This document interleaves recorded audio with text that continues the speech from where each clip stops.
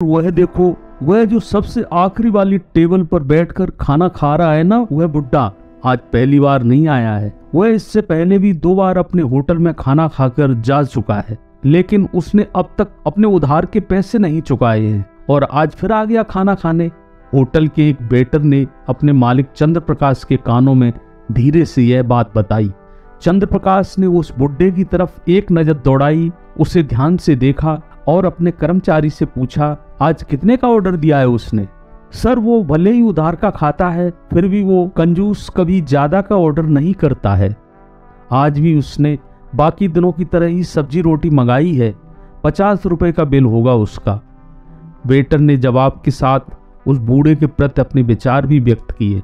बूढ़े के साधारण से खाने का ऑर्डर देखकर सोचते हुए चंद्र प्रकाश ने कहा, कुछ मजबूरी होगी उनकी, इसलिए बेचारे पैसे नहीं दे पाए होंगे। नहीं सर, ऐसे लोगों को मैं बहुत अच्छी तरह जानता हूँ। फोकट का खाने की आदत होती है उनको, और जब पैसे देने की बारी आती है तो आनाकानी करते हैं। बूढ़े की तरफ वेटर ने तिरस्कार भरी नजरों से देखते हुए कहा। चंद्र प्रकाश को अपने कर्मचारी के विचार जानकर थोड़ा बुरा लगा। उन्होंने कहा, अच्छा ठीक है, तुम जाओ, मैं देखता हूं क्या करना है। चंद्र प्रकाश ने एक बार फिर उस बूढ़े की तरफ गौर से देखा। बुढ़ापे की वजह से चेहरे से जा चुकी चमक चंद्र प्रकाश इतनी दूर से भी महसूस कर पा रहा था। बड़े ही साधारण कपड़े पहने थे उसने, कुर्ता पाजामा और कंधे पर गमछा डाल रखा था। अपना खाना खत्म कर वह बूढ़ा सीधे काउंटर की तरफ चंद्र प्रकाश के पास आकर खड़ा हो गया और बोला, साहब कितना बिल हुआ मेरा? पहले का उधार जोड़कर बताइए। चंद्र प्रकाश ने उसका पहले का और आज का बिल पहले से तैयार करके रखा। बिल उसके हाथों में देते हुए चंद्र प्रकाश बोला, 150 रुपए। बिना किसी सवाल के उसने अपने कुर्ते की जेब से 200 रुपए की नोट निकाली और चंद्र प्रकाश के सामने काउंटर पर रख दी। चंद्र प्रकाश ने पैसे उठाते हुए बूढ़े से पूछा, अंकल आप यहीं कहीं पास में रहते हैं क्या? नहीं बेटा, मेरा घर यहाँ से बहुत दूर है, उसने कहा। फिर आप अक्सर इतना दूर खाना खाने कैसे आते हो? चंद्र प्रकाश ने फिर पूछा।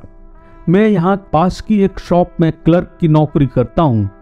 जब जब मैं टिफिन नहीं लाता तब तब खाना खाने तुम्हारे यहाँ आ जाया करता हूँ। अब हमेशा तो जेब में पैसे रहते नहीं हैं, इसलिए कभी कभी उधारी खाना खाकर चला जाता हूँ।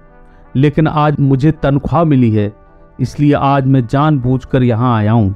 सोचा खाना भी खा लूँगा और पहले की उधारी भी चुका दूंगा, थोड़ा हंसते हुए बूढ़े ने कहा। बूढ़े की उम्र देखकर चंद्र प्रकाश अपने आप को एक और सवाल पूछने से नहीं रोक पाया। आपका परिवार नहीं है क्या? बूढ़ा बोला, है ना बेटा, बहू पोता पोती सब हैं और कई सारे रिश्तेदार, लेकिन जब तक मेरे हाथ पांव सलामत हैं मुझे यह पसंद नहीं कि मैं बिना कुछ किए रोटी खाऊं। हाँ, शरीर में पहले जैसी ताकत नहीं रही, अब पहले जितनी मेहनत नहीं कर पाता हूँ, इसलिए क्लर्क की नौकरी करता हूँ।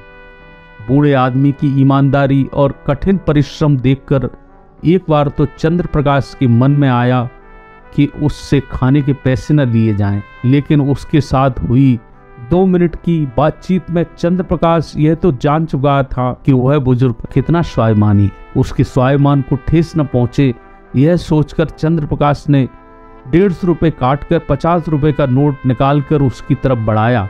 बूढ़े ने होटल में इधर उधर देखा और उसी वेटर की तरफ इशारा करते हुए चंद्र प्रकाश से बोला, यह 50 रुपए टिप के तौर पर उस वेटर को दे देना, क्योंकि उसने हर बार बहुत प्यार से और अपनेपन से मेरी सेवा की है, मुझे खाना परोसा है। इतना बोलकर वो वहां से चला गया। 50 रुपए हाथों में लिए चंद्र प्रकाश अपने कर्मचारी के उस बूढ़े के प्रति दृष्टिकोण और उस बूढ़े आदमी के उस कर्मचारी द्वारा दिए गए खाने के प्रति प्यार और आदर देखकर अचंभित हो गया। उसके पास बोलने के लिए कुछ भी नहीं था। तो दोस्तों, आप अमीर हैं या गरीब, आपके पास जो पैसा है वह कभी यह तय नहीं करता हमारा दूसरे लोगों के लिए कैसा दृष्टिकोण है या हमारे विचार कैसे हैं। यही हमें गरीब या अमीर, अच्छा या बुरा बनाते हैं।